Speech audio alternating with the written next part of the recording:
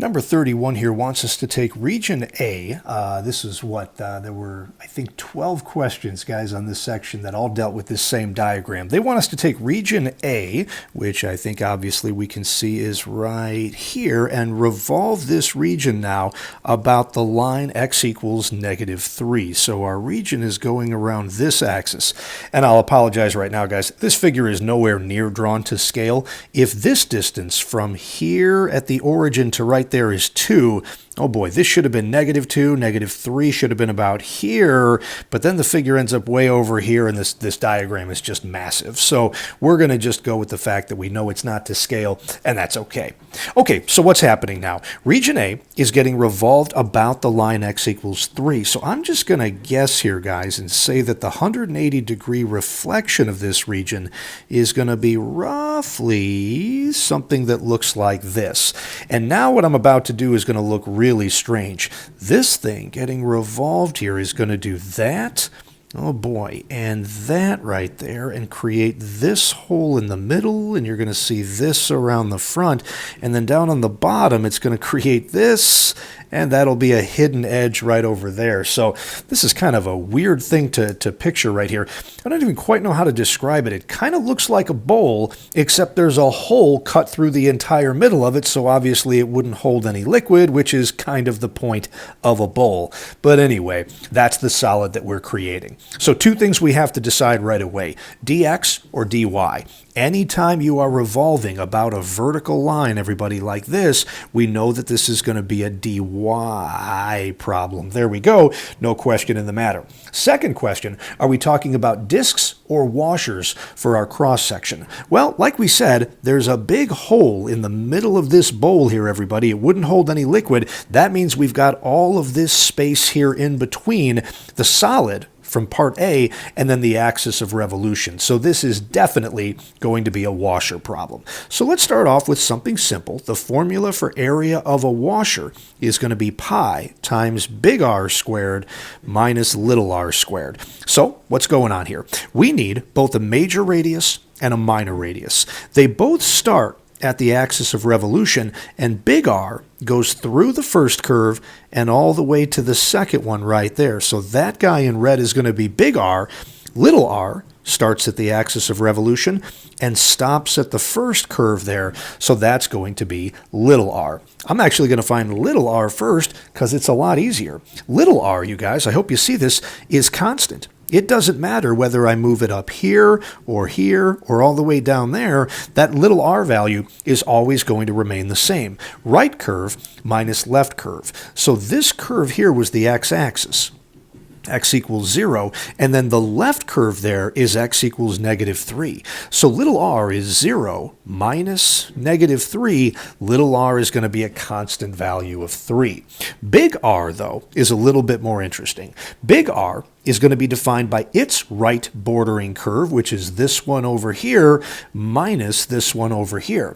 That right border is the parabola. Y is equal to x squared plus 2. We're going to have to solve that for x in terms of y. So x squared then will equal y minus 2, and x will be the square root of y minus 2. I really should put a plus or minus in front of that square root, but I'm just looking at the right half of this parabola, guys, so it's the positive square root that I wanted anyway. So big R is right curve, square root of y minus 2, minus the left curve, which is -3. So we can simplify that just a little bit to make that the square root of y minus 2 and a plus 3. Unfortunately, that's not going to get any better than that, you guys. So let's go back to our area formula now from above, and let's try to write it as a function of y. This is going to be pi times, and brackets and parentheses are really going to be your friend here. Big R gets squared first. Big R is the square root of y minus 2 plus 3. So there's big R squared. Minus little r squared. Well, little r is 3, and 3 squared is just going to give us 9. Okay, that's where we are right now. Actually, I'm almost tempted to try to simplify this mess by hand, and I'll tell you why.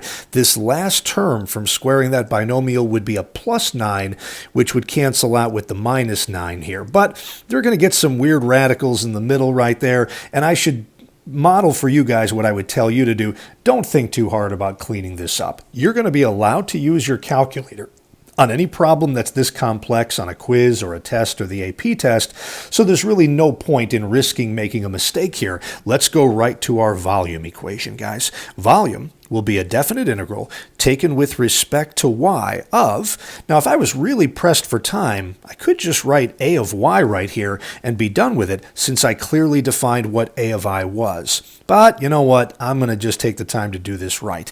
That pi, I'm going to pull all the way out in front, but everything else though stays in my radicand. The square root of y minus 2 plus 3, close the parenthesis and square it, and then a minus 9 at the end of all that. And the only thing we have left to think about are the limits of integration, the lowest and highest values of y that defined this region. And pretty clearly right here, guys, this begins at a minimum value of 2 and ends right there at a maximum value of 6. Okay, so as messy as this one was to set up, I don't think... let me undo that. I don't think it's going to be that bad to evaluate, but of course I'm going to use my calculator to help me with that.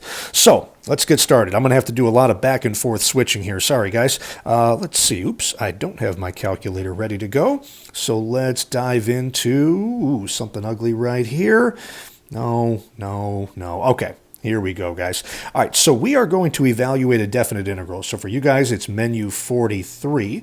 And I already forgot, I wanted a pi out in front of that integral. So there it is. Pi times an integral going from 2 up to 6. Gotcha. And then the integrand was a little bit messy. In parentheses here, all right, square root of y minus 2, then a plus 3 quantity squared.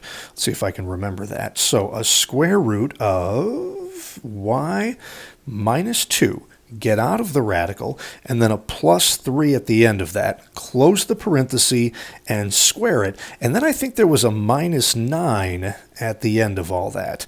So I'm trying to look at these two things side by side right here to see if we've got them right. Kind of hard to see here.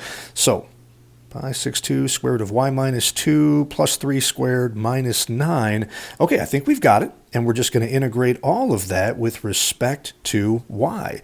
So I'll hit enter, and it's a pretty clean answer right there, guys. 40 pi for our answer here for the volume of that region. So 40 pi cubic units. I'm going to sneak a quick look at the solutions manual right here for problem number 31.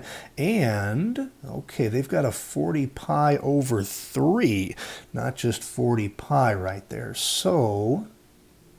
oh, wait a minute. Nope, I was looking at 32. I'm sorry. 40 pi is the answer they have for that one. That's correct for number 31.